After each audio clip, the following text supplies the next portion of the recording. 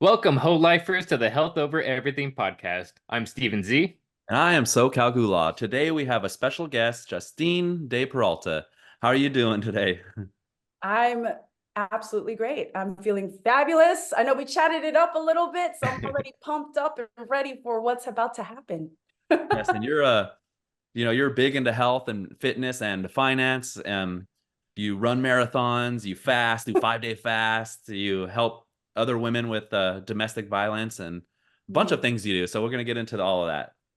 Awesome. I'm excited. I'm happy to share that with you.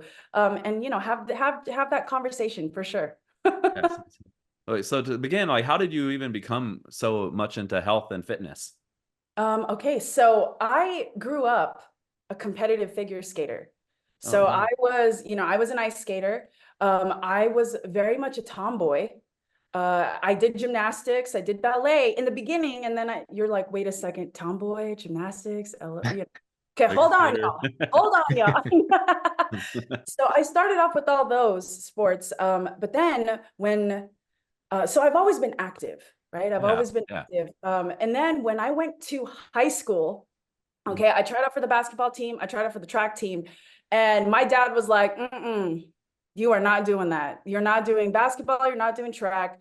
Because at the time, and trust me, my dad and I are two peas in a pod, right? Yeah. Okay. But back then he was like, that's not for girls, right? And that's just that Uh, old immigrant Filipino mindset. That's yeah. not for girls. So I made the basketball team, I made the track team, and I ended up having to quit. Mhm. So I've always been active. I've always been active. Yeah. But I have this memory that's like embedded in my brain.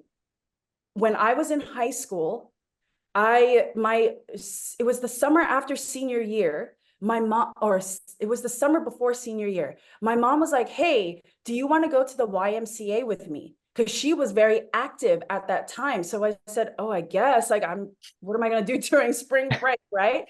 Yeah. So I go to the YMCA, and now I'm like, I'm running on the treadmill. I'm doing yoga and Pilates. I'm lifting weights, like, light weights, the machine weights. Uh-huh. And I go back to school, and my speech and debate teacher, she looks at me, and the first thing that comes out of her mouth is, "Wow, you lost so much weight." And I share that because Huh. that has such an impact, especially when you're so young. Uh-huh. And it had me thinking, because I thought I was normal, right? I was Yeah. like, You're just a I'm good kid. right now. Right. And when she said that to me, I went home and thought about it and was like, was I fat? Was there something wrong with me? So Looking at old words, right? pictures. Yes.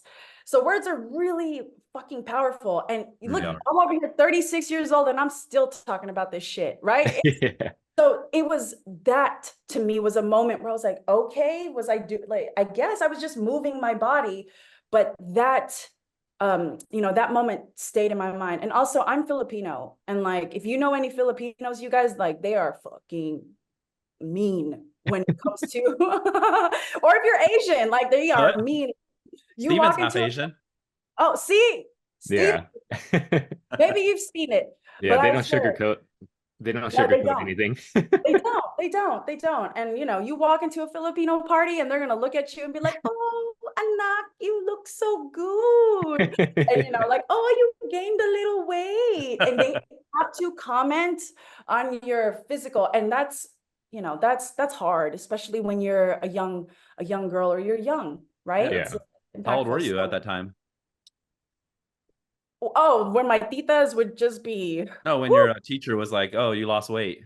Okay, so that was the summer before senior year of high school. So Oh, damn, high school. 17, Like yeah, 17, 16, 18. Yeah, that's 17, right when you're yeah. going through like puberty and getting like becoming a woman. Like that's even crazier. It's not like you're like five or Right. something, or you're just like, oh, Yeah, and I'm thinking like, yeah, God, what is this supposed to mean? And yeah, it really hit me. It really hit me. But I I've always been active in some way, but I don't think I became incredibly health conscious until my 20s, until I got okay. to my 20s. I was lifting weights, I was going to the gym, and I loved it. I loved Do it. you I ever loved do any bad stuff, like unhealthy things? Like, because like me and Steven in our journey, like in our 20s, we were smoking, drinking, straight West Coasting, like Yes, I did way too much. I drank a lot, you guys. Okay. I drank a lot. I was at a point where I was smoking a pack a day of cigarettes. Yeah. Oh Like, wow. yeah, that. Oh, and then Aaron, I saw your post about like how you could spend so much money, like, or someone who spends money on drinking Oh and yeah. smoking.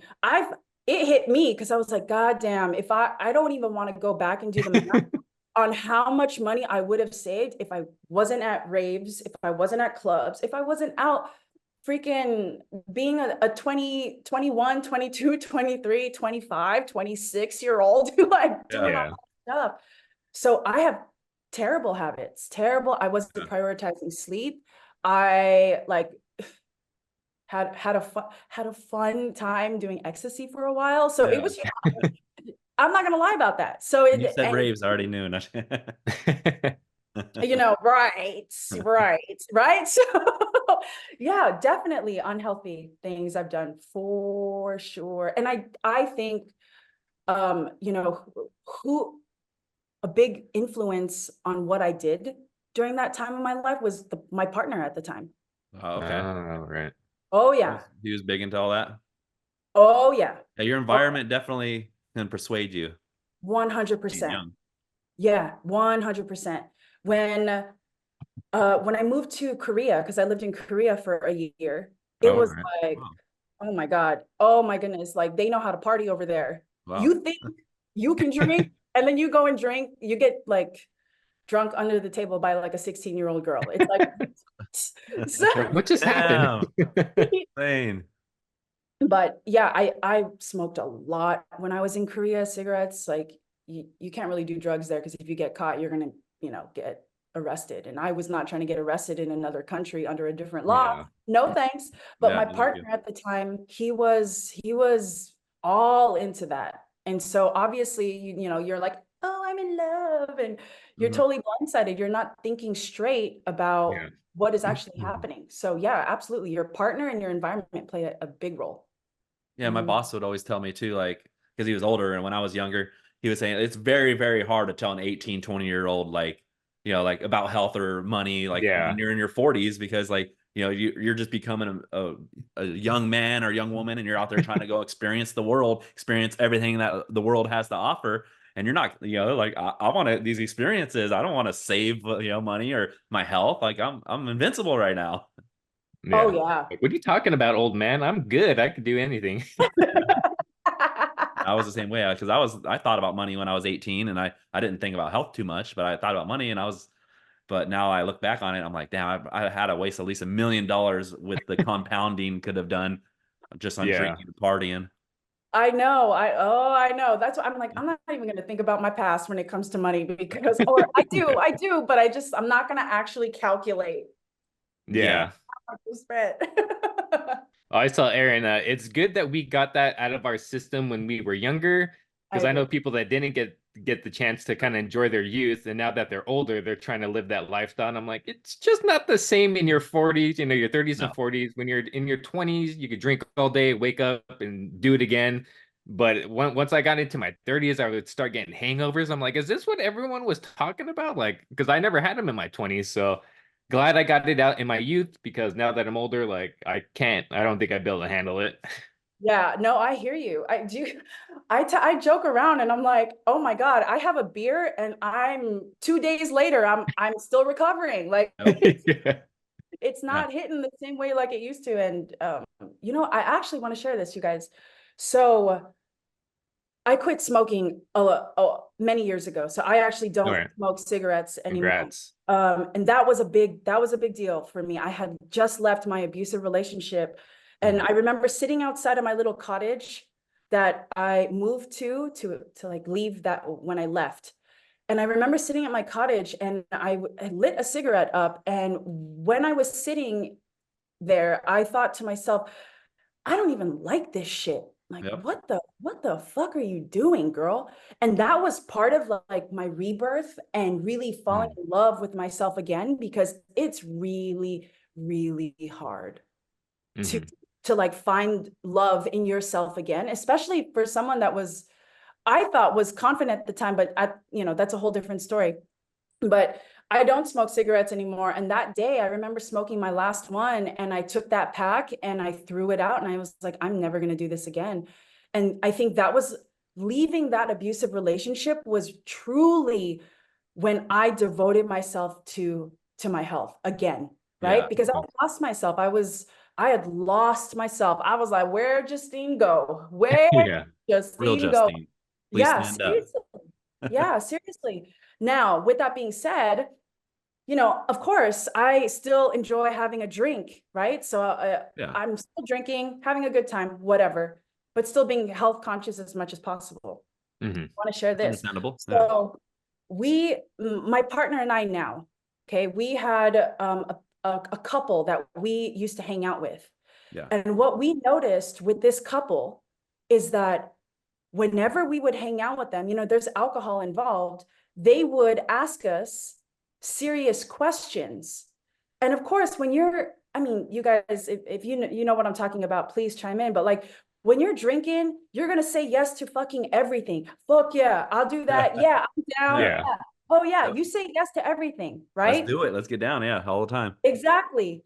And then what this couple would do is they would, like, later down the line, when me and my boyfriend were now sober, obviously we're clear-headed, we're level-headed, they would take what we would say and they would turn it against us. And Mm-hmm. Little so, switcheroo. and last year, my theme, I always have a theme. Every year I have a theme, and my health, my relationships, and my wealth all relate to that theme. And last year, my theme was boundaries. So I Nice. was telling my boyfriend, I was like, babe, I'm not fucking doing this with this couple anymore. We got to Yeah. break up with them. And my boyfriend looks at me, he's like, break up with a friend? And I'm like, yes, Yep. I've done yes, You could cut people off. it. yes. Cut And people, you know what? many people off. Exactly. And if you got to call it a breakup, then so fucking be it. But whatever it is, you don't need to have, I'm setting a boundary. Yep. And so Yeah. leading up to that moment, right? I financially, they were being sleazy. They were not respecting our financial boundaries, even though we were telling them, hey, this is how much we're willing to spend for this Dodger game. But they always found a sleazy way to like disrespect us. Then Mm-hmm. this whole drinking situation, it just kept happening. So we would tell them, like, you guys, that was during drinking. Like, why are we having these serious conversations now? And they would tell us, oh, that's because that's the only time we see you. And we're like, excuse me. And it was so insulting, and I was Yeah. offended because Yeah. I was like, and I looked at the woman, and I was like, girl, you have our phone numbers, you could call us, Yep. you Yeah. could text us. Phone works And both ways. yeah, Yeah. exactly. So at that point, I have to tell you guys, having that interaction with that couple, we ended up breaking up with them. And that was the most like liberating feeling ever. Right. Nice. And they took it like poor sports. They were Yep. terrible. The guy was like cussing at us, like totally immature. But we walked away from that with our heads held high. And I told my partner, I was like, you know what? The lesson that I learned from this is that it's not about not drinking, but it's also about it's about it's about being able to drink accordingly, if that makes Yeah. sense. Mm-hmm. Uh-huh. Right. And be careful with who you're drinking with. So Mm. now it's kind of like, I don't mind if I, like, you guys want to go have a beer together, you want to go have a drink together, happy to do that. Right. Yeah. But not being belligerent and making these types of decisions Yeah. with just anyone and everyone, if that makes sense, Yeah. Totally. That makes sense. Yeah. It sounds to me like they were getting bitter too because they were losing their like sense of control they had with you guys. And I've experienced that too, even with my sister. I love her to death, but we don't really talk that much anymore. And I feel like a big part of it is because she can't, I got to a point where she couldn't control me anymore. Yeah. And once she got to that point, she started getting bitter and started saying more hurtful things. And I just kind of had to get to the point where I had to just let her do her own thing. I'm doing my own thing. Like when I went sober, it's almost like she couldn't be happy for me. She would like make comments like, "Oh, let's see if you can make it 6 months and then come talk to me after that." And I'm like, well, first off, I'm not doing this for you. I'm doing this for me. And, Right. it'd be cool if I had like some positive, like, oh, congratulations, brother, or something like that. But it was none of that. So I kind of had to put up a boundary and just let her do her own thing. Like, I'll still return a text message and we'll talk from time to time. But I kind of had to And it was good for me to cut her out of my life a little bit. Yeah. Oh, you know what? I'm glad you set that boundary. Yeah, It's easy, right? Because even the closest people to you may not even believe in you. They don't support you, you Yeah. know? exactly. That's the thing. I had a Yeah. best friend too, like known him since high school and stuff, and I cut him off too. And he was just, like posted something on Facebook saying something like, "Oh, I don't want to hear about his progress and all this other stuff." And then he'll text me after and unblock me. And then I was like, I'm done with this. And then now he'll talk shit on me like on Facebook and stuff to other people. But I'm just like, I don't care. Like you're gone. Yeah. Like I don't need that negative energy and your misery. I know it loves company, but I'm not gonna be joining in that. I'm setting a new life. I'm meeting new friends like Justine, and you guys are Yeah, positive and exactly. stuff. I don't need this old. I don't need an old long relationship of just misery. Like I'm trying to be happy. Oh, yeah, absolutely. Absolutely. And I think I think that's one of the things where you can choose the people that you want to be around. Yeah, And exactly. Yep. I have the and choice. quite frankly, you can know someone for 20 years, but if they don't support your personal growth and they expect you to stay the same, I don't think you need to have that person in your life anymore, Yeah, right? exactly. Or if you Exactly. want, you just you put them in a box, right? You say this is the only person that, or this, I'm going to put them here. But in my mind, I think to myself, you know what? If you can't support my growth and you can't be happy for me, then I don't want you in my life, you know? I don't know if you ever heard that Snoop Dogg one where he calls it the gap. Have you heard of that? No, I haven't So he actually. says that you start here and you start personal growing, so you start heading up, and they stay the Mhm. same. They stay down here. So the only way to get back together is they either have to personal growth as well, or you have to go back down. And if Love you're it. going down, you're losing, and we don't lose. So like, and it's pretty good how he said that. Yeah, yeah. Okay, I like Snoop. that. Yeah. Yeah. I was like, that's Snoop handling it right there. I love that. The Gap, it's called. Search it hmm up. hmm I think we don't talk about about our circles and the people that we surround ourselves with. Like maybe we don't, tie that with health, but it has Hmm. everything to do with health. I Definitely. think. Mental health is, yeah, that's huge. Yeah, yeah. Because I know when I'm at the gym and I see some women, they going at it. I'm thinking like, yeah, this is what I want to be around, Yeah, that's I feel Yeah. the same way. right? And you know what I love about running? Okay. What I love about running is that when you're running a marathon and you look around at everyone that's around you, everyone looks different. Yep. No one Hmm. there looks the same. Literally every walk of life is out there doing the damn thing with you. And you just I feel so happy. I'm inspired, I'm motivated.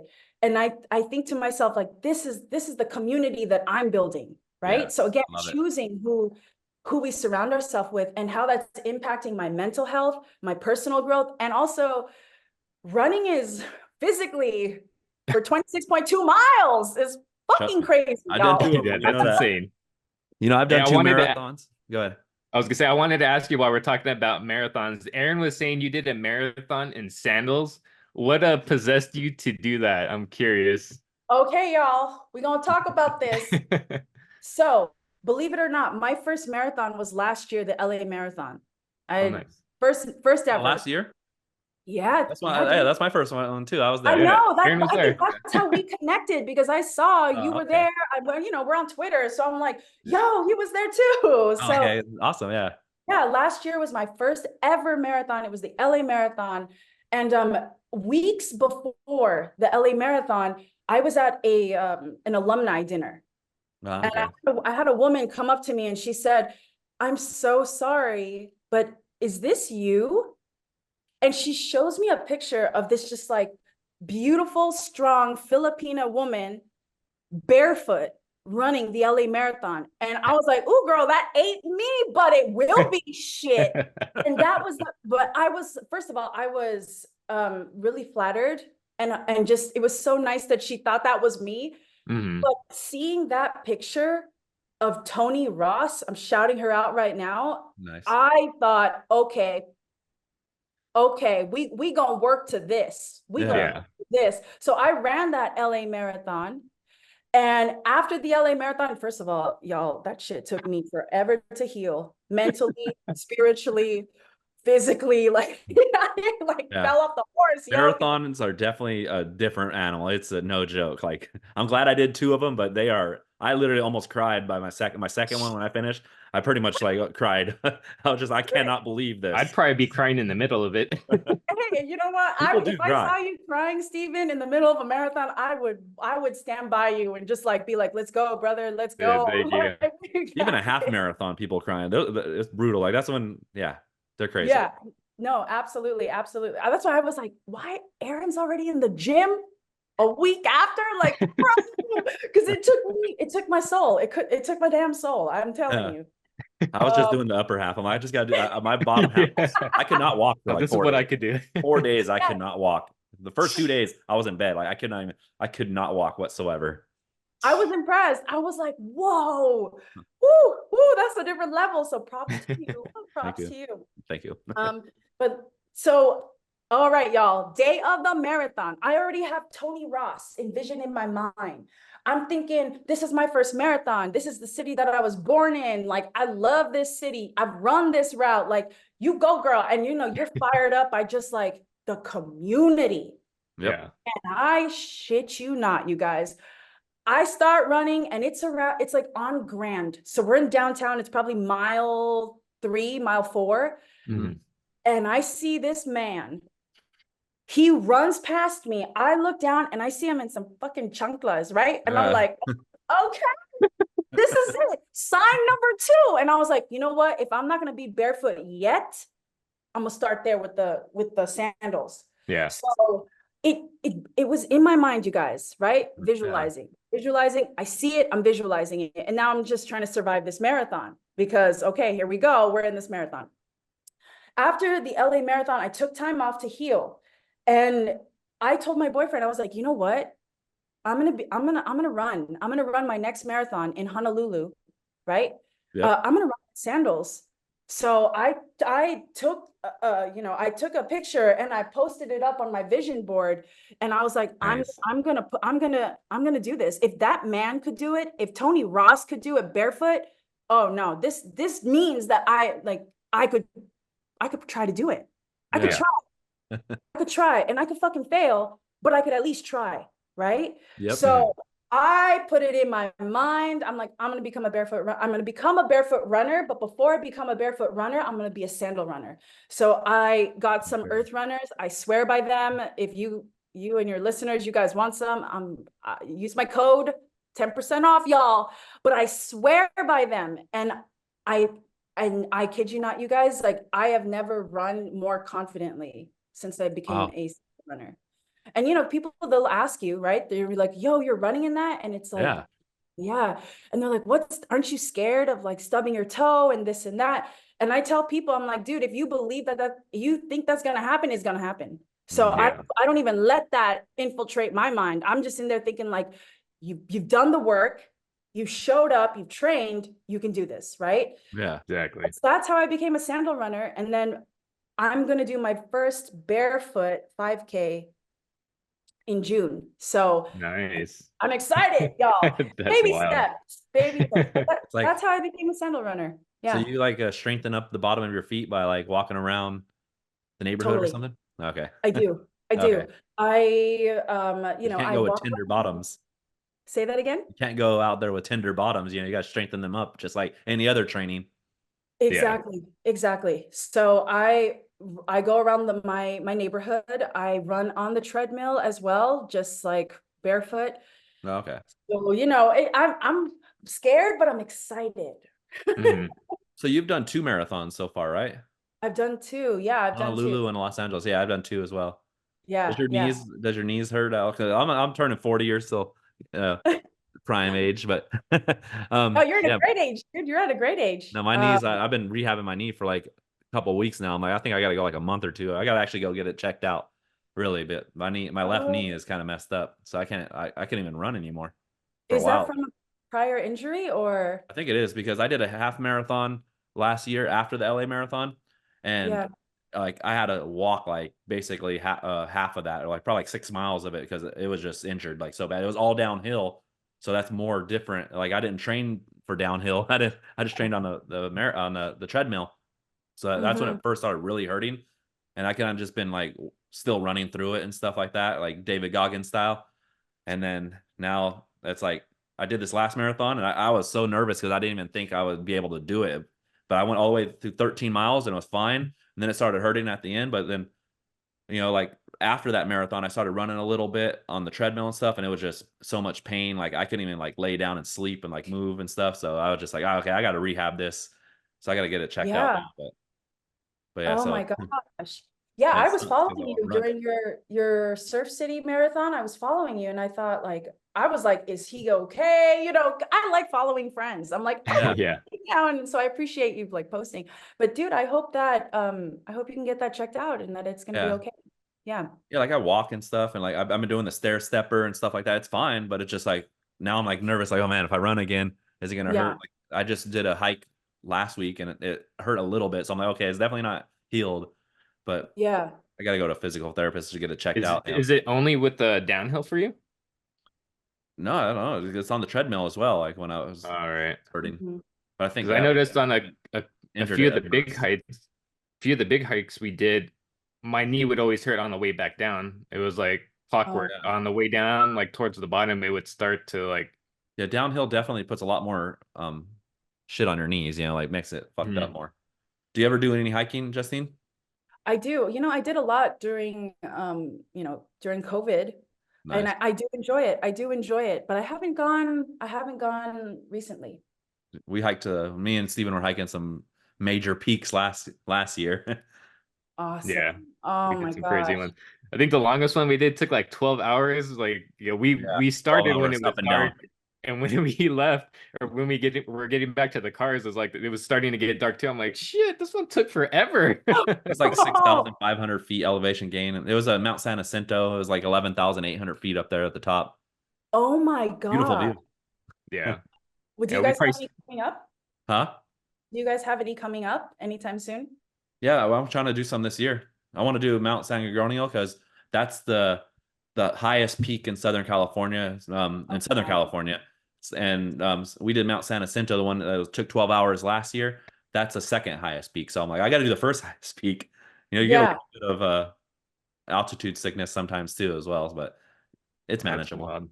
Oh my God. I'm looking at both of you like, oh, see, that's cool. I think that's really, really cool. Yeah, the 12 story is we actually started hiking for Steven's birthday, and we met a woman there. His name's Shanda, and she told us about this 6 peak hike challenge. So we're like, oh, okay, we're gonna join it. So you do 6 peaks in California, and some of them are a little bit smaller, but they're all pretty challenging. So then we ended Yeah, up doing 6 of them last year, and a couple of them That's were really big. amazing. That's amazing. Oh my gosh, you guys, that's cool. Yeah, That's really cool. it's Oh, funny the way we met her too is because we were, I think, actually on the wrong trail, and then we kind of met up at this point trying to figure out like where we're going, and they were mhm. lost too.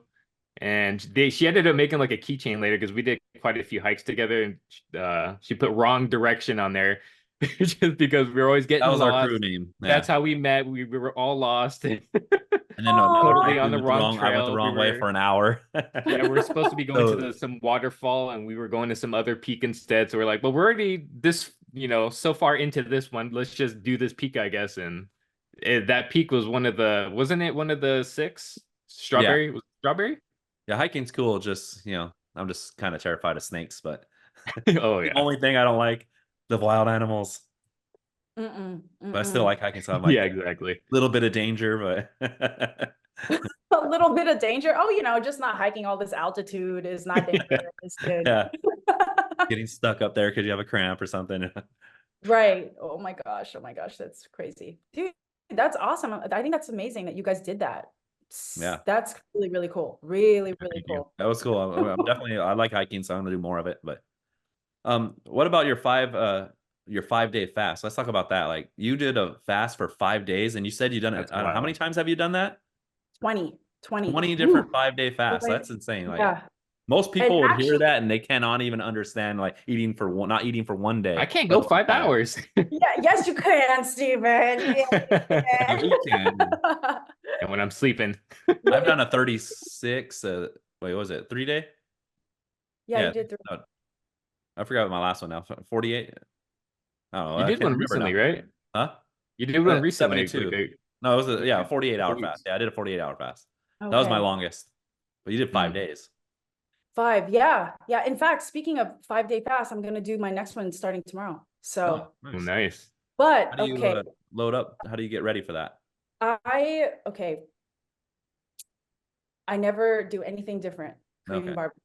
Korean barbecue. Nice. Get the Always. protein. Oh my God. Get That sounds all so the good right now. proteins in the world. Give me all the fatty meat. Give me all the proteins.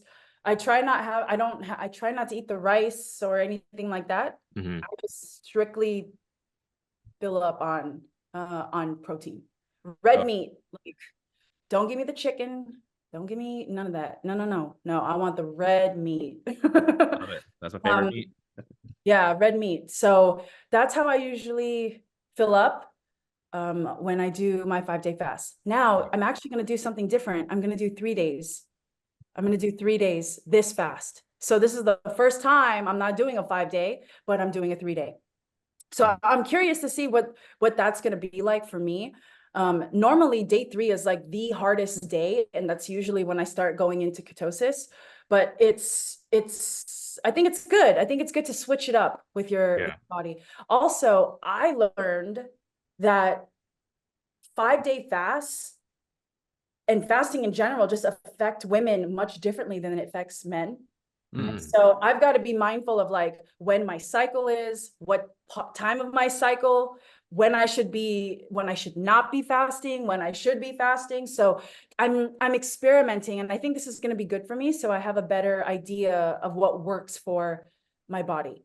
But to go back to just answering your, to go back to talking about an actual 5-day fast. Yeah, I've done 20 of them. Yeah. And I'll tell you, because I have that heavy Korean barbecue it's always on Sunday, right? So because I have such that heavy meal, for me, that first 24 hours is like cake. I don't have any issues because I'm so full, right? Yep. I'm satiated. But I start to feel it day 2. Day 2 and day 3 is when it's like the hardest. Normally, to get me through, I have water and I have salt. So I'll put a pinch of salt in every water. When I wake up in the morning, I have a pinch of salt and I drink water, and I drink black coffee, right? So, but in terms of the coffee stops before 12, and then anything after that, it's just water with a pinch of salt. Yeah. Or electrolytes, right? If I have some electrolytes, but I got to be careful with the electrolytes because I don't want there to be natural flavors. And oftentimes when you stuff like Element is a really popular electrolyte that's out there right now.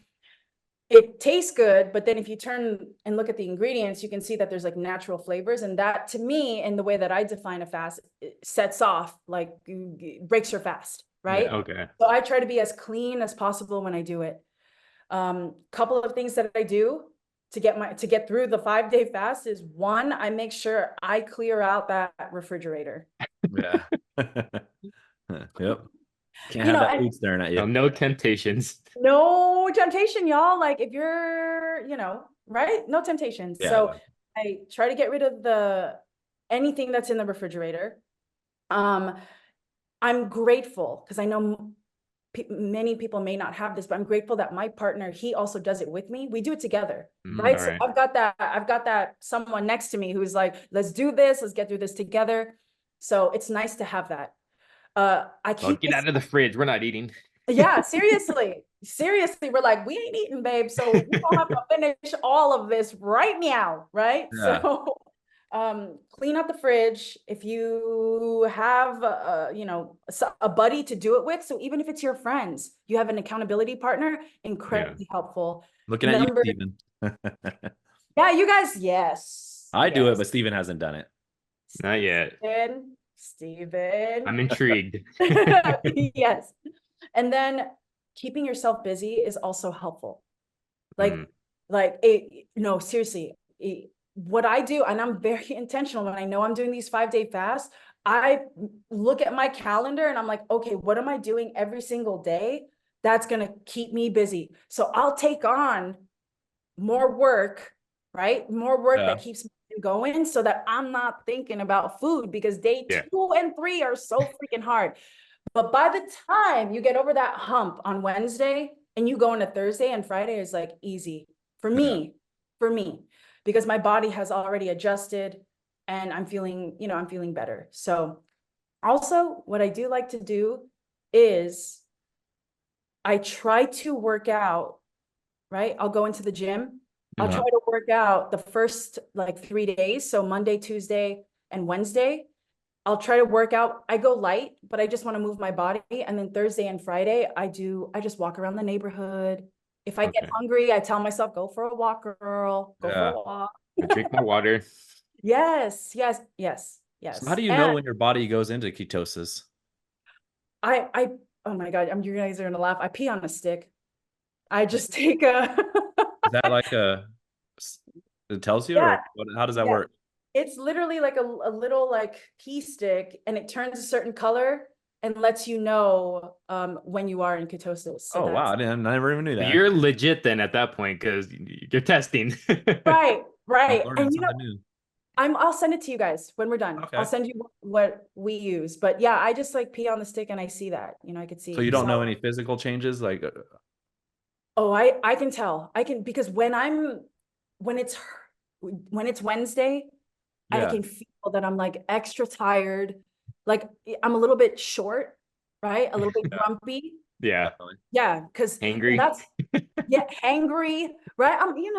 And that's the thing. It's like if you know that you're gonna become that way, like it helps you get through it. Hmm. You're like, oh yeah, here we are. We're in that phase right now. Yeah. But I noticed that I'm going into ketosis because there is that switch where now my body is using whatever fat that's on me to give me energy. So Mhm. I can feel that switch, and which is why by Thursday morning, at that point now, I'm getting mental clarity. I'm super sharp. I'm paying attention. I'm focused. So that's how I know when the switch is happening, is when I have that uneasy feeling, and then all of a sudden I'm sharp and I'm good to go. So I Nice. did a 48-hour fast, and Yeah, I'm gonna do a 60-hour fast next time. I do like one each season. that's awesome. But I was thinking, like, did I go through ketosis or not? I know I definitely changed my. I started getting a little headache. I started getting like kind of like a little lightheaded and dizzy a little bit in here. And I got some salt and stuff. But I'm thinking, Yeah, like, is that the change there? Or I don't know. Like, but now you told me about the stick, so I got to try that out. yeah, definitely. I'll send it to you guys. Yeah, So for you my don't have next to fast. yeah. So that's how I know. I know my body's like going through it, because my body is literally like, okay, girl, we done used everything. So we need to use whatever fat you got on you now, sis, so that we can get you Yeah. through it.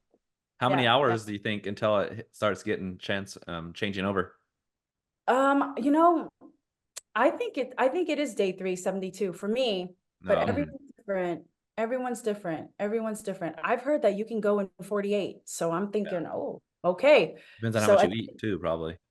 Yeah, Or yeah. Also, I'm like, how much? And I think that's why, um, if you really think about it, and the fact that your body can use your fat to burn and make energy for you is pretty powerful if you put that in your mind. yeah, So, Yeah. you're not, because we're told eat carbs, carbs give you energy. But I'm thinking, but my fat has gotten me far, right? Like Yeah. I think I'm uh-huh. gonna be all right. And if you guys think about it, when you eat like fatty foods, like Uh-huh. fatty meats, you feel satiated. Like you don't Yeah. want to eat another, you don't want to keep eating all these meals throughout the day because Yep. you're full on that really fatty meal. So in my Yeah. mind, I think to myself, I'm like, fat's great. Hmm. Yeah. So If you know basically, how to, like you could, if you're eating a fatty ribeye steak, you're only gonna eat so much until you're like, I'm full. But if you're eating like candy and chips, like you could just keep going. Yeah. yeah, yeah, That's how you yeah. go overboard. Dense calories. Exactly.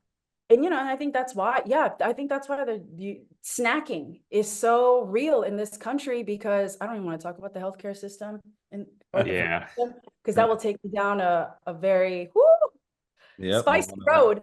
But people are filling up on all these like processed foods, Hmm. filling up, and next thing you know, an hour later they're going back, they're reaching for that bag, they're Yep. reaching for something else to munch on, and it's like, we're not, we're not cows, we don't graze. That's the way I see it. You know, Mhm. cows just go out there and I'll eat the cow. Thank you very much. But I don't want to be, Yeah. I don't want to be the cow, y'all. I Yeah. don't want to stand out on a field and graze all day. My body needs rest. My body needs like actual nutrients. Yeah. So yeah. Yeah, I'm thinking about like a hunter-gatherer too, back in the days, hunting for animals, like, before all the carbs and stuff. Like that's what you had to go on. You kill the animal, you eat and fill up, and then you may not get another animal for a few days. So your body needs the energy. Boom, it has the fat, and there you go. Perfect. Yeah, absolutely. Do you guys follow Paul Saladino and Sean Yeah. Baker? Do you guys know who they are? I No, don't I follow never. Sean Baker, but Paul I do. Yeah. Yeah. Paul Saladino is really, he started off as a carnivore, and I tried that, you guys. I tried the carnivore diet, Yeah. had amazing results that first month. Mhm. But it's not sustainable, y'all. Like, give me some black pepper. Like, give me some tiki masala every once in a while. Shit, you Oh, yeah, know? you said you like Korean barbecue, and that has black pepper all on it. You know, it's just You can't like, have black pepper on carnivore? no, I didn't according know to that. Saladino, yeah, Huh. it's gotta be salt. He was pretty strict Okay. about it. So I wanted to try it. I was like, okay, I'm gonna try this. And it was quite the experience. I was super grateful that I tried it, but I also knew that this is not sustainable. And Hmm. I'm at a point in my life where I just want things that are sustainable, right? So Yeah. Makes I sense. mean, you know what I mean? So I said, I'm not doing this. And then Saladino came back out and was like, okay, you guys, like, don't hate me, but I'm going to become animal based and I need to incorporate these carbs into what I'm eating. So now he has like whole fruits, right? Like mangoes, but Oh, no, he has no started eating fruits vegetables. again. Yeah, he did, but no vegetables. He's like anti-vegetable. So that is more of my diet now, right? Yeah, More like of, I like fruits and vegetables, but my favorite thing is steak. I love ribeye. I love yeah, tri-tip and like Korean barbecue. Like I like the wide range of foods. I just can't go into carnivore. yeah, As long as I'm yeah. just not eating so much processed foods and sugars and stuff like that. Yeah. Yeah. I hear you. I hear you. I mean, you know what? There are days, right? Oh, that's another thing too. I've counted my macros, Yeah. cutting, maintaining. I've done that. And again, that shit is not sustainable for me. Not for me, Yeah. but someone else, And I think try it before you knock it. And so I did it. And for me, I was like, man, sometimes I want that cookie. Yeah. You know, sometimes I want that cookie. Sometimes I want to bake cookies. You know what I mean? And Yeah. I know it's going in there because I'm making it myself. Sometimes I want like, a bag of chips. You guys, I'm saying it. Yeah. I'm saying it. Sometimes Yeah. I want it. I want that bag of chips. I want that cookie. Yeah. You gotta live a little, I guess. Yeah. Yeah. Yeah, I'm the, yeah, I'm the same way. As long as I stay within like my calorie range, I'll on the weekends more so, like if I want a bag of chips, like I'll have a bag of chips. Like, I'll see how many calories in it, put it in my fitness pal, and as long as I stay within my calorie range, like I don't feel guilty over it. Yeah. You should. yeah, Yeah, yeah, like tonight I'm gonna have 3 cookies Because because you're my healthy my overall. fiance's out of town, so I told my son, "Look, we'll bake some cookies tonight." I saved room for three, and that's gonna be my thing for today. Nice. See, there you go. There you go. You know what your limits are. You know Mhm. exactly. So, I kind of feel like having, those off limit foods too every once in a while just helps you keep your sanity. Like if, mhm, and I don't want to beat myself up like, oh man, you ate the cookie and now you feel guilty and you're talking shit about yourself and this, that, and the other thing. When mhm, you could just have it and be like, okay, like it was one thing. It's okay if I just leave it at the one thing. Now, if I have the whole pack, it's a different story. But if I could just Yeah. You maintain don't want having one, that. two, or three, like I'm probably going to be fine. It's not going to ruin my whole diet. Just get back on course and, cut yourself exactly. some slack. Dude, you want to go on a bird walk sometimes? Go on the fucking bird walk. You know what I mean? Yeah. Yeah. AKA have the damn cookie. All right. And then just get back on track. You're gonna be all Exactly. right. But yeah. Yeah. So I think give yourself grace, I think is Yes. important. Hmm. So Justine, Mhm. I wanted to talk a little bit more about your story and your cottage. Like I know that was a big event in your life. Can you were with a man that was domestic violence, right? Is that true? Yes, yes. Talk about that a little So bit, like, because I know you're big into that in your story, and also helping other women do that as get through that as well. absolutely. So I was with this person for, probably about 2 years, 2, 3 years. And it started off obviously physical and not physical. It started off just emotional abuse, Okay. right? It started off with psychological abuse. It's just little things like if I came home or his mom would come and visit, right, from Italy, because he was Italian. He would Okay. come, mom came and brought Italian clothes and I put it on, he would look at it and be like, "Oh, now you look nice." It's just little things like that, right? Um, gaslighting was a serious thing. Gaslighting was a serious thing. And so everything kind of, you see the red flags, right? You see the red flags, but you're so in it that you don't, you can't take the two apart, right? You can't pull them apart, dissect the situation. Yeah. And um one day, okay, one night he didn't come home, and I'm just nervous because I'm thinking like, is he okay? Like, I hope he's okay. And Yeah. here's the thing, he never drank. At least he didn't want to drink with me if we ever wanted to go out and have drinks or whatnot. He was like, I don't like drinking. And so for me, I'm thinking like, I wonder if he's okay, because I got up at night to go use the restroom. He wasn't there. So I'm thinking, oh, right, what's going on over here? Is he okay? So I call him, I text him, I don't hear from him. He comes home the morning after, and this is me like not sleeping. I'm worried. And I'm thinking, like, what happened? And eventually, before he comes home, he sends me a message and he's like, I'm drunk and I'm sleeping at so-and-so's place. And I'm like, first of all, I've never met that guy and I don't know who you're talking about. And you're drinking? Like, Yeah. hold on. It's just all this unusual behavior. Yeah. It wasn't that I didn't know about. Yeah. Home, turns out, I find out that he was at another woman's place Oh, and that wow. he cheated on me. Now, I didn't find that out immediately at the moment. But it's things like, where were you? And he was like, I told you where I was. And it's like, well, and and he's sitting on the balcony, he's smoking a cigarette, acting as if nothing has happened. And I asked to see his phone and he tells me, oh, the battery's dead. And when you're so angry in that moment, you guys, I was so fucking angry that I didn't stop to think, well, let me charge it. You don't Yeah. think about the things in the moment. So I'm pissed and I'm just thinking to myself, okay, like obviously something is off. Something is telling me in my gut, something's off. The morning after, I go home from work for lunch and I'm in the bathroom. And when I'm in the bathroom, that's when I find blonde hair in his clothes. And I'm like, Oh, shit. first of all, my hair It's nowhere near blonde. is nowhere near blonde, you guys. So I confronted him about it. And that was such a, like, I don't even know how to, it was so debilitating.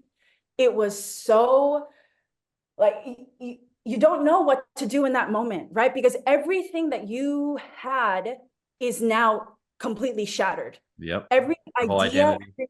yeah, exactly. Your identity, what you currently have with this person, it's now completely shattered. And you've got to figure out what the fuck you're gonna do, right? So in my mind, I'm thinking to myself, I got to get out of this. But I didn't have any freaking money. Like I wasn't good with my money.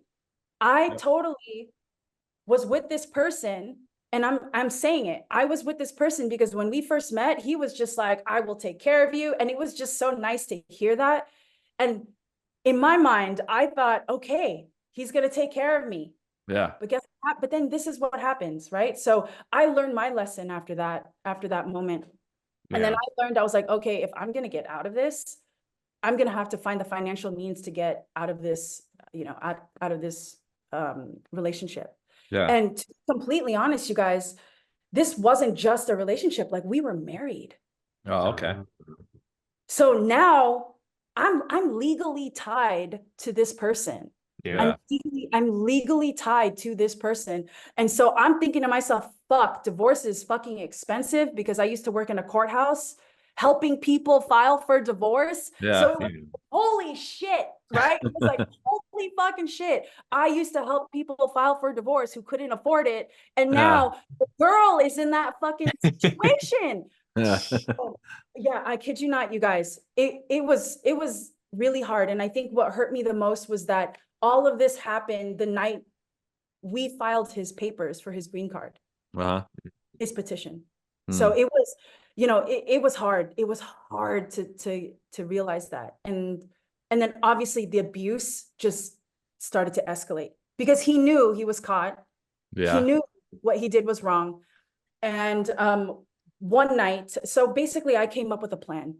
I need a financial plan. I need to come up with some ways to create an emergency fund. I need to fix my fucking credit score right now because I was in collections. I was missing payments. I was not right in I wasn't okay because I was fighting with this person constantly, right? This fucking battle. But then also I'm thinking about, do I try to make this work? Do I try to, you know, do I stay? Do I try, you know, it's just the hardest thing. And no one understands that unless they've been in that situation. Yeah. And you feel so alone.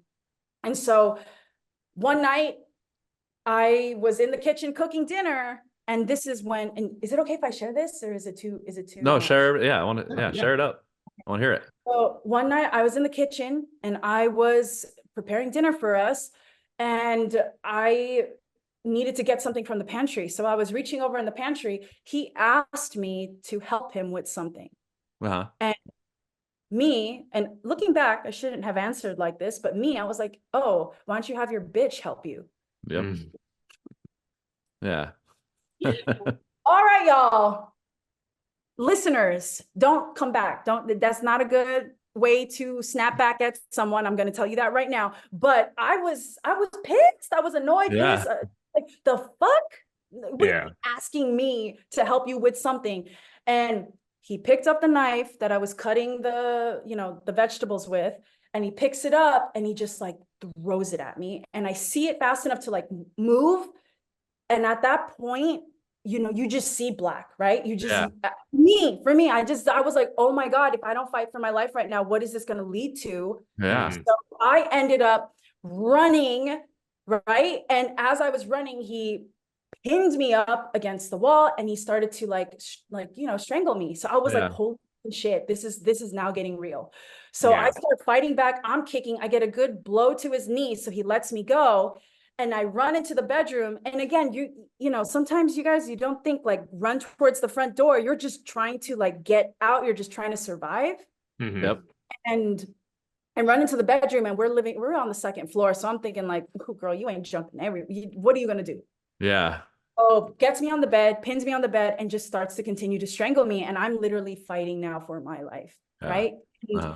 It was just the most traumatizing thing. I was able to get off him, right? I was able to work my way off, fell off the bed, ran, grabbed my keys, my wallet, whatever, my purse. As I was running out, got in the car and I called my coworker and I was like hysterical. And I was like, explaining to her what just happened. And of course it's not, you know, it's so surreal. And she just says, come to my place right now. So I go over.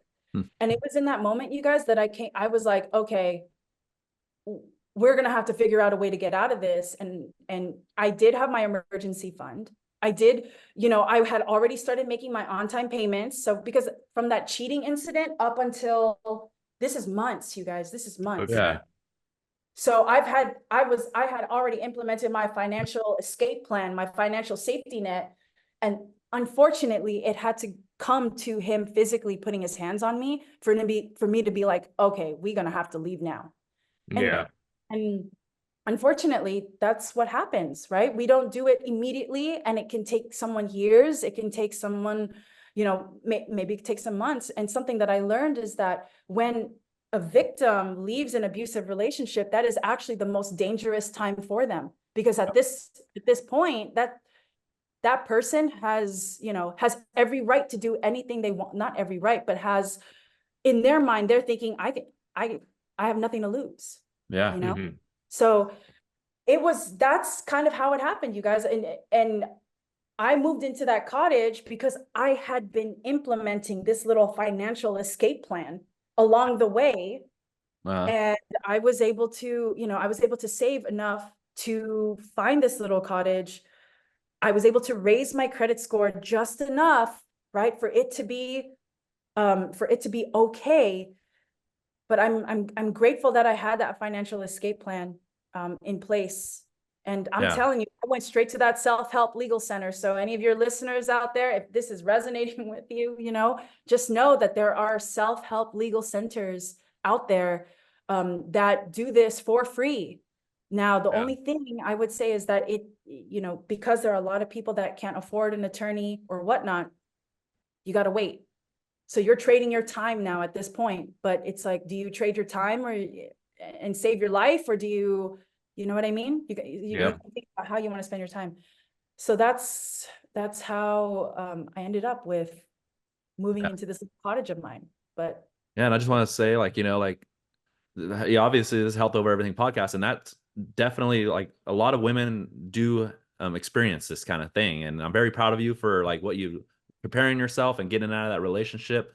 And it's very dangerous, and like this, like it brings you stress, it brings you anxiety, and it could cost you your life. So that's definitely um it has to do with your health, right? Like all that's with your health, especially with your own life. So it's not just health isn't just about like working out and eating right and all this other stuff.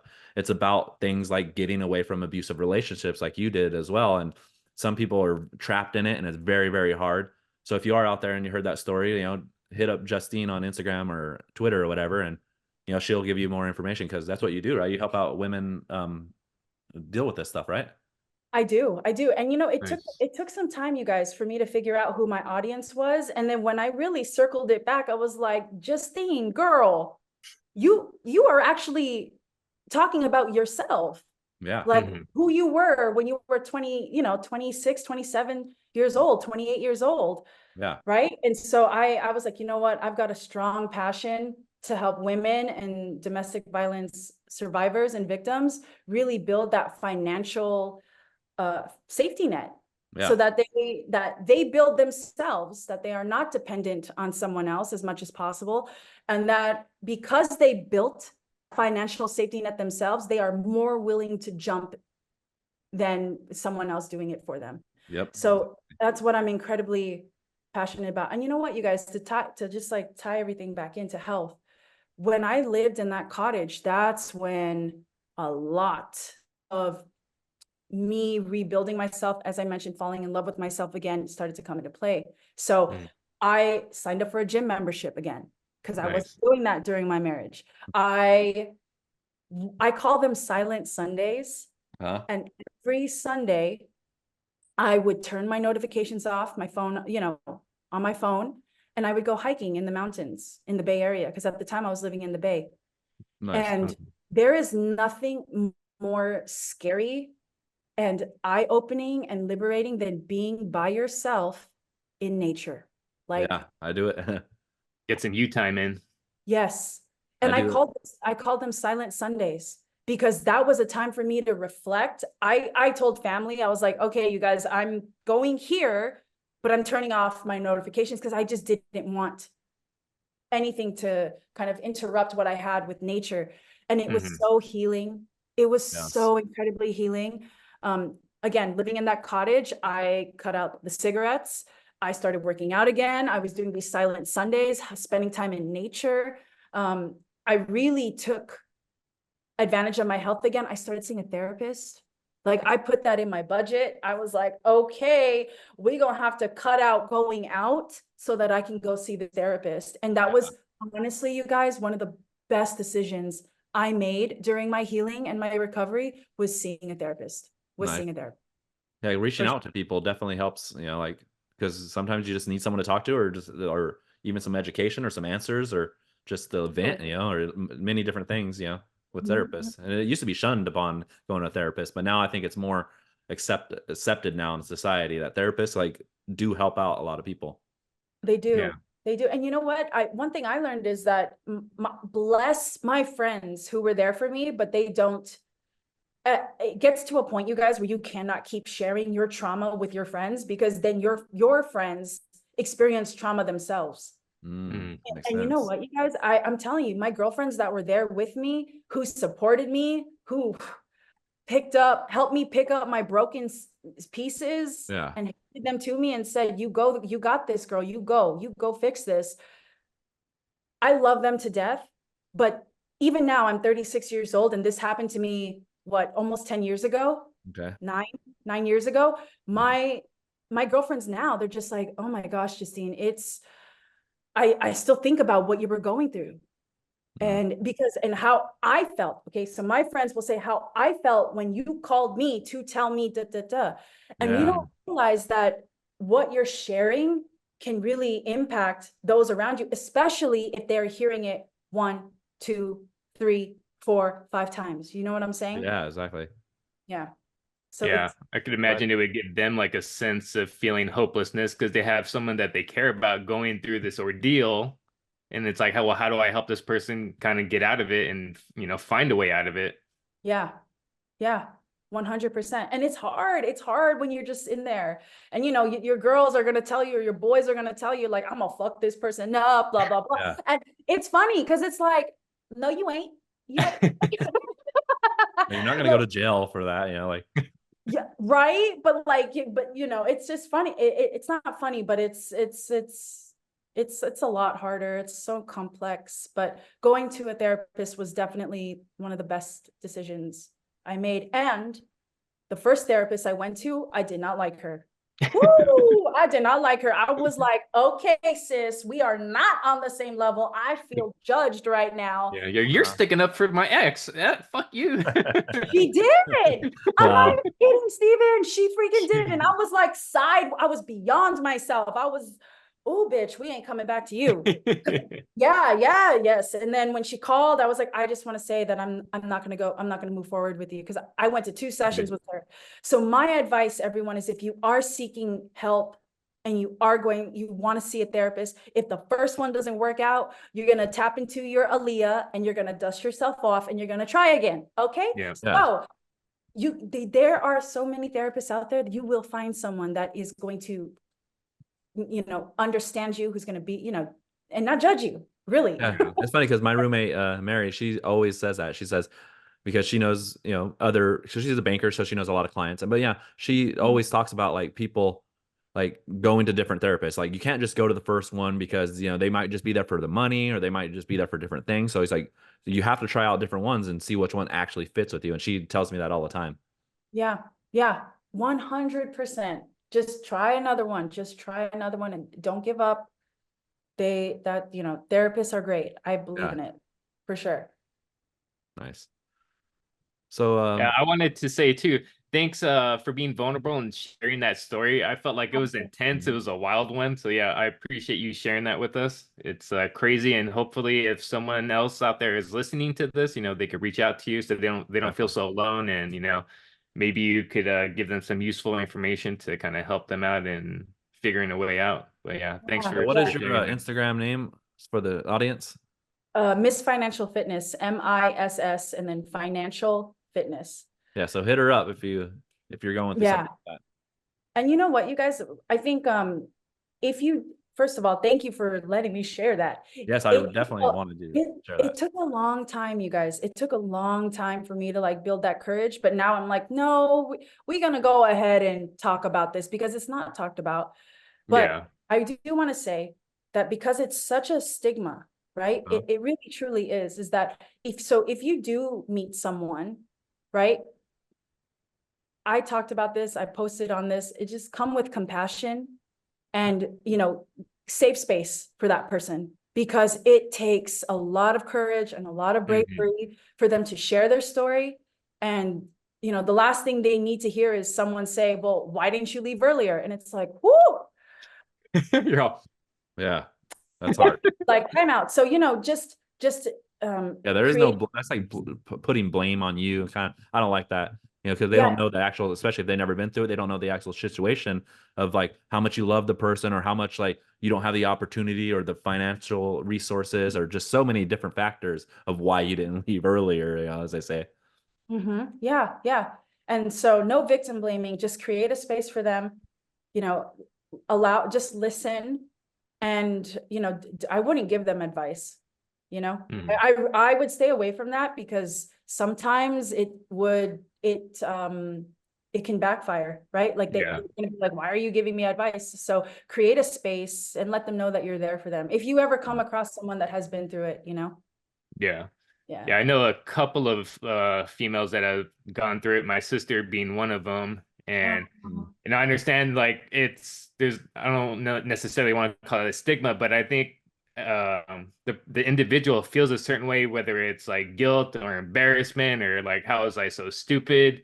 But it's very hard to talk about it for those reasons because I don't know, it is being a little bit vulnerable, but then maybe even feeling a bit of shame and like guilt behind it. So it makes it very hard to talk about it. So yeah, that's why, like I said, I appreciate you sharing that story. I know it's not easy and you've probably dealt with it and, built up the strength over time. So yeah, congratulations to you and thanks.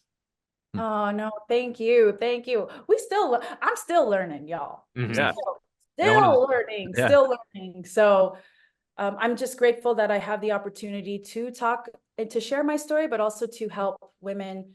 And I've actually had a few men reach out to me on Mhm. Instagram and say, "Hey, Oh yeah. I, It goes both I, ways. it does, it does," and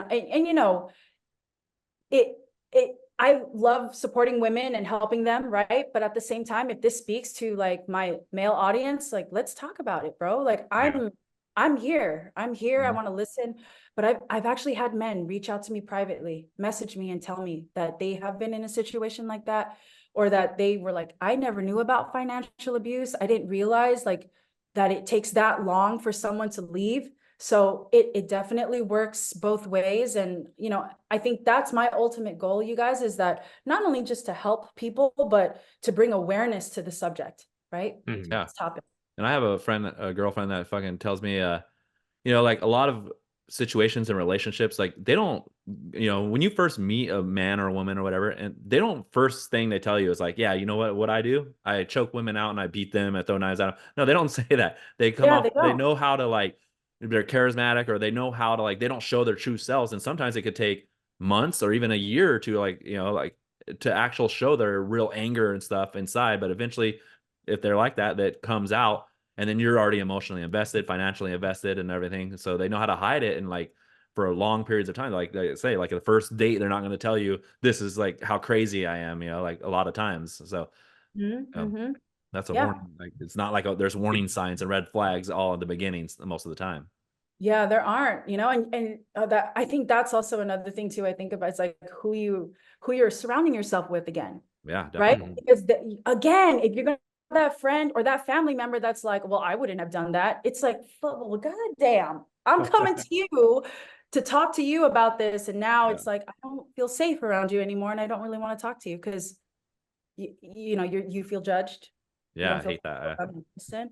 But yeah, totally, totally. I think you don't see someone's true colors until what lesson, you guys, I want to share this with you is Okay. that what I learned from my marriage, from that whole experience, was that you don't really know someone until you don't give them what they want. Oh yeah, that's true. Totally true. Yeah, it's like when they're losing the control, your Yeah. true colors are coming out. Mm-hmm. Mm-hmm. Mm-hmm. And from that marriage, I've carried that on with every single interaction I've had now, even with Yeah. friends. So to go back to that couple that I was telling you about, Mhm. and I think Stephen, you hit the nail right on the head. They were losing control. Hmm. Me and my partner, they were just like, we can't bully them anymore, right? Mhm. So it was like, we're not giving them what they want, and they got pissed. Yeah. Yeah. I wasn't giving my ex-husband what he wanted, right? So he got pissed. Yeah. So yeah, it's huge lesson, game A lot changer. of people want what they want for themselves more than they want you to have what you want. Like Yeah. I'm glad to have like you to have what you want as long as I have what I want totally. But now if you have Mhm. what you want and I don't, like what the fuck? Like fuck this shit. And Yeah. that's when it comes out, the craziness. So I Hmm. wanted to ask you a question, because I feel like the two females that I know who were kind of got into physical abuse in their relationships mhm. turned out to be like, my sister being one of them, really like strong, independent women who almost had this mentality, especially my sister. She's like, I don't need a man to take care of me. And I feel like some guys, and I'm not saying it's all guys, but like you had brought up that he was kind of one of those guys that was like, I'll take care of you, I'll pay for everything. And I think a lot of those guys do that because it's a sense of control. Like I can manipulate the situation because I'm paying for everything. And I'm not saying all guys use it for that reason. There are truly guys out there who do want to take care of their significant other. But the Yeah. two females I know who went through the abuse are very strong, independent, financially independent women. Do you feel like that had anything to kind of do with your kind of viewpoint with your financial stuff? Yeah, 100%. Okay. 100%. Okay. So initially, right, I just knew in that moment, I'm like, I am never financially being dependent on someone ever. Mm-hmm. I don't want to be financially dependent on my mom, on my dad. I don't want to be financially dependent on my partner now. I don't. I like to know that I have my financial autonomy. Now, with that being said, of course I want to be taken care of, right? Yeah. But of course I want to be taken care of. But at the same time, I like knowing that I got my own. Yeah. Right? And so I think what I absolutely love about my partner now is that we on the same page. We are Yeah. on the same page. And what's beautiful is that he has his own, I have my own, and then we have our own, right? So we've never once lost a sense of our individuality. And we are growing together to focus on us. So Yeah. I hear it. Like, I mean, I see those women that are like, yeah, I don't need no man. I'm like, dude, I don't need my partner, but I want him in my life because he's Yeah. fucking awesome. Yeah. Right. And I support myself, he supports himself, but we support us. Mhm. And I think that's the important part. And that's something that I know, speaking from firsthand, like I lost that. And Yeah. here's you know what's interesting, you guys. This is the interesting part about all this whole fuckery, I have to say, is that because my ex-husband was Italian, right? He's not Yeah. American. So he technically couldn't financially support me. So I was putting all that money up front for moving, for the papers, for everything. mm-hmm. So if you really think about it, it's like, how was this man gonna take care of me if I was financially taking care of him? Yeah. But I was sold on like, I'll financially take care of you. You see, I didn't know me. Yeah. I did not know me, which is why I think I wanted to go 110% when I left that motherfucker. Because I was like, I need to know me. So when I met my partner now, I was loving my life. And I love my life now with him. But I was in such a good place because I put the work in for myself. So, Nice. and I I like think that. that's the important part, is that your partner should not be needed. Your partner should not be your better half. I don't believe in that saying. I think we're equal halves. We come together as Justine, we come together as Mark, we come together as us, right? Yeah. And so that's how I see it in terms of like, but I don't embrace like, I don't need, I don't embrace that mindset, because the fact is like, I want someone to take care of me, but like, I don't need it. But of course it's nice if someone takes you out every once in a while, or all these other like things. he's fulfilling a lot of your wants and needs, and like, taking care of things that you want, and you're doing the same to him, but it's like an equal reciprocal thing. You're It's taking not care of like, each other. Yeah, 110%. And you both respect and love each other, and that's the way it's supposed to be. Like, exactly. And we just like, that's how and I think that's another thing. There's so many lessons, guys. We could literally be on here for hours. I feel like we're talking to just the homies right now. Is that, at the end of the day, right? Yeah. Having that, no, God, this is what I tell people too. Having financial autonomy does not mean that you don't love that person. Yeah. I think sometimes we just think to ourselves like, oh my gosh, I've got to share everything with this person now. It's like, no, not really. There's 3 people in a relationship, you guys. There's you, your partner, and you're us. Oh, okay. So never lose sight of your individuality, your autonomy, and instead build together as the us. Nice. And I think sometimes what happens, you guys, is that society has taught us that we need to do everything as soon as you get married, that's it, done. Yep. You can't, your partner is going to take care of all the finances. You're going to do this, you're going to do that, you're going to give up all these things, right? And I can't help but stress, like, to people, when you're in a relationship, just continue to keep your autonomy. And if your partner doesn't like that, that is a fucking red flag. Yeah, exactly. That is a fucking red flag. I'm telling you right now, like, and a lot of, you could tell I'm like really passionate about this. A lot of financial abuse starts with the partner controlling. Yeah. And so, Stephen, I'm thinking about like what you just shared with me, right? A man will say, like, I'll take care of you, babe. You don't have to work. And guess what happens? She says, okay, I'm going to stay home now. And you're going to. Yeah. And like, it's not like they're saying like, okay, I'm going to take care of you. You don't have to work, but also we're going to build you $100,000, $20,000 emergency fund and keep building it up. So just in case something happens, you are going to be able to, support yourself. We're going to get you a life insurance. We're going to build you a huge emergency fund. So it's not like you're going to leave me or I'm going to leave you, but I could die on the way in the accident tomorrow. It's like, I want to make sure you're okay in that way. If you're going to take care of somebody financially, like, instead of just being like, oh, I'm going to take care of you financially, but you're going to have no say. You're not going to know anything about the bills. You're going to have no emergency fund, no life insurance, no nothing. Like, so if something happens, you're just fucked. So now you're like, you need to have me, like, so that's not good. And that's the control, right? And that's where the financial abuse starts. And, they'll come at you with something like, oh, so what? You don't trust me? Yeah. You don't. And here's the thing, like, there are some cultures out there where it's like, the woman doesn't work. Like the man is machismo, right? Is the one that's the breadwinner, that's bringing home the money. And unfortunately, a lot of those women, they let go of the reins of whatever finances are happening. So here's what I say. If you are in a relationship and your partner says, I don't want you to work, babe, it's okay, you don't have to work, that's fine. I don't think there's anything wrong with that. What I want you to do, though, is like, okay, if I'm not working, then I still want access to the bank accounts. I want to know how to log in. I want to have these conversations about money. And I think that's what's important. It's not about like, it's not about like, oh, I have to work as a woman. I have to work as a man in this relationship. It's about, let's have the communication and let's talk about our finances together. So even if one person is not working, you're still involved in those money conversations. Does that make sense? Yeah, that makes perfect sense. That's a great point.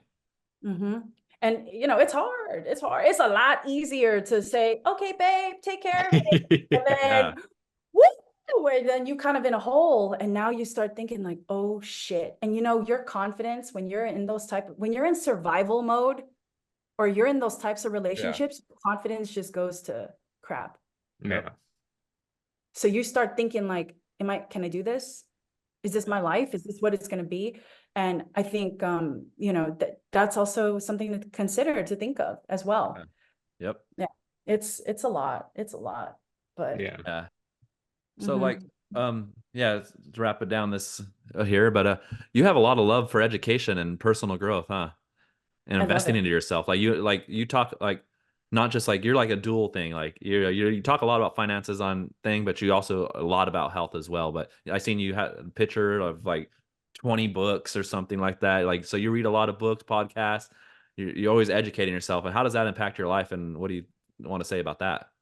I love it. I love learning. It keeps me fresh. I like learning about things that I don't know about. I like learning about things that I do know about, right? So just like sharpening the sword for the things that I know about, and the things that I don't know about. It's like, ooh, it's like that shiny I love thing. learning too. Yeah, I love it. I'm excited about it. I want to continue to do it for the rest of my life. And I don't think I know everything. No fucking way, And so, we live in Los Angeles, right? Like I turned my car into a classroom. Oh, okay. Yeah, So no, I'm listening to podcasts. I'm listening to audiobooks. I just am always trying to learn. If I see like a free workshop, I will sign up for it. If I see a workshop and I pay whatever an amount, if I think that's going to benefit me, which I think it will, which it probably will, which it Yeah. does, let's be real, I'm putting the money up front for it. Yeah. I think, I think what investing in yourself is one of the best things you can do. One of the best things you can do, because at the end of the day, like, you can't give someone the world if you don't give yourself the world. It's Hmm. just not possible, Yeah, it's like you It's not, can't fill someone else's cup up if your cup is empty. There's nothing yeah, to give the other person. yeah, yeah. And I think that was part of also that whole recovery period, you guys. I really learned a lot about myself. I was Mhm. diving into books, um, you know, workshops. I was going to spoken word. I was just exposing myself to all kinds of people, and I learned a lot about myself. So when that time came, if I was like going on dates before I met my partner, like I already knew. I was like, "Ooh, I know that I don't like that," or "Hey, I think Mhm. it's pretty cool," So I was able to advocate for myself, and I think Exactly. that's what learning gives you, right? And I think two things: the best gift you could give yourself and to others is your health, and then the Nice. next best gift you could give to someone and yourself, right? Or yourself and someone else is your personal growth, right? Yes. Yep. Health first and then personal growth second. Hmm. Because truly you cannot do the things that you love if you're not healthy. Exactly. Yeah, Way and that I I see. I think that too. Like I see a lot of people like they'll get in relationships and they'll or even when they're single they go to the gym and they start want to make themselves more attractable to the opposite sex, and then they'll get in a relationship and they'll still grow and then they'll get married or something and or be together for a few years and then they'll just stop, and then 10 years down the road they get divorced or something, break up, and they're like, why? It's like, well, like human nature, you want to keep growing, you want to keep progressing, and once that stops, it becomes just like boring. And now that 10 years later somebody's it's the magic's not there anymore, no one's growing, it becomes this boring, like depressing thing, and then now you break up and stuff, and then when they break up then they're like, oh, now let me go to the gym, let me get healthy, let me do, like, well, why weren't you doing that, like why you're in that relationship, like bettering yourself. So I think personal Hmm. growth is not just good for a relationship, it's good for yourself obviously, but it's good for a relationship as well, to keep that growing and stuff. Like I have a friend. He was like, "Oh, my wife is, getting mad at me." I'm like, "Well, that's because you don't have no goals and dreams to go, and you guys are working towards something. Like now, that will like make it more, if you're just sitting there like this is just what it is, and like you're, they're like 28 years old. I'm like, so this is just what it's gonna be until I'm 70, 80 years old. That Yeah. doesn't sound fun. But if you have goals and dreams to work towards them, then that sounds a lot more fun. Hmm. Oh, absolutely. Absolutely. Always be learning. Yeah. Always be learning. Like your self-education, no one can take that away from you.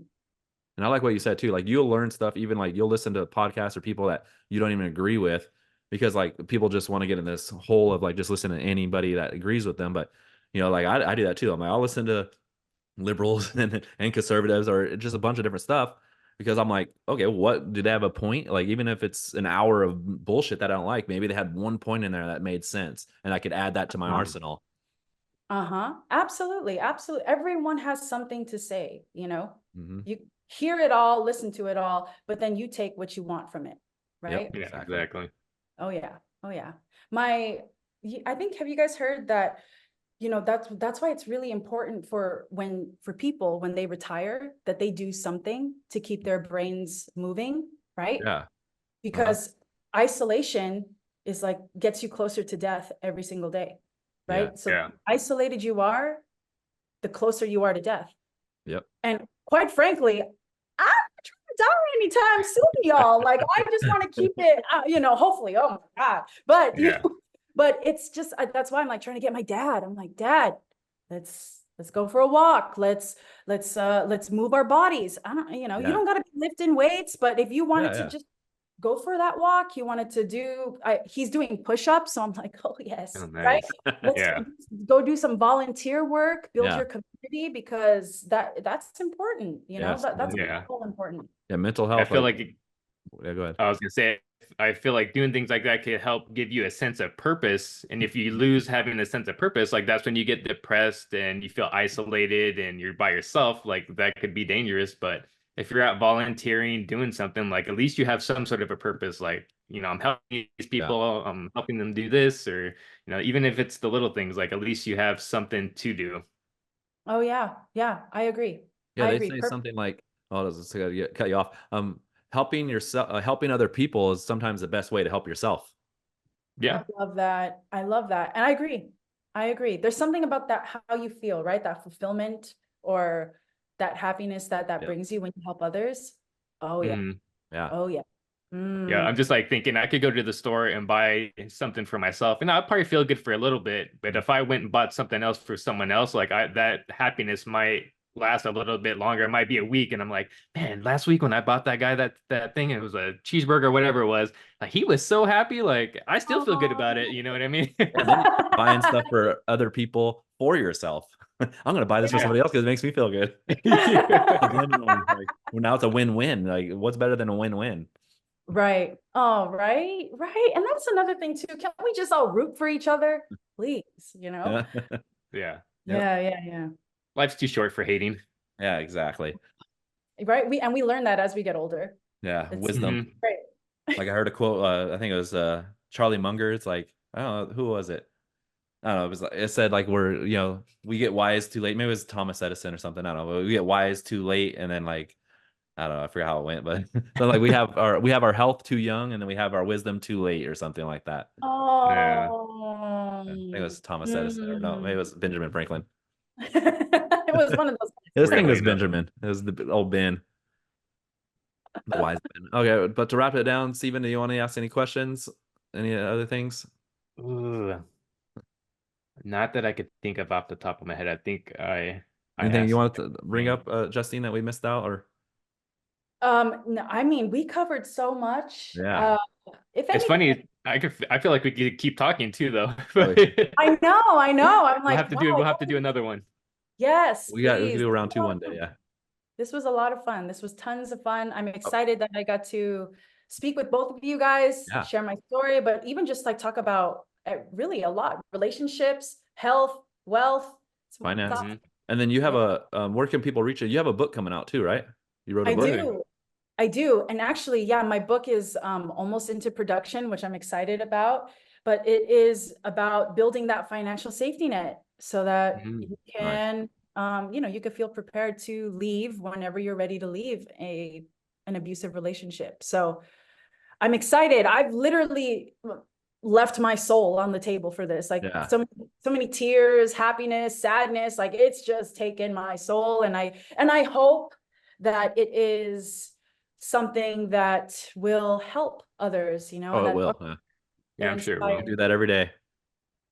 Yeah, yeah. So I'm excited. Thank you guys so much for having me. I had a blast. We probably could be here for hours, Yeah, Yeah, I feel definitely. like we Like we have to do part two. could. I definitely have to do, where can people reach you to Yeah. follow you? So And oh yeah, so you can find me at Miss Financial Fitness on Instagram, so MISS Financial Fitness, and then on Twitter it's Miss Financial Fit MS and then Financial Fit. So you can reach me there, y'all.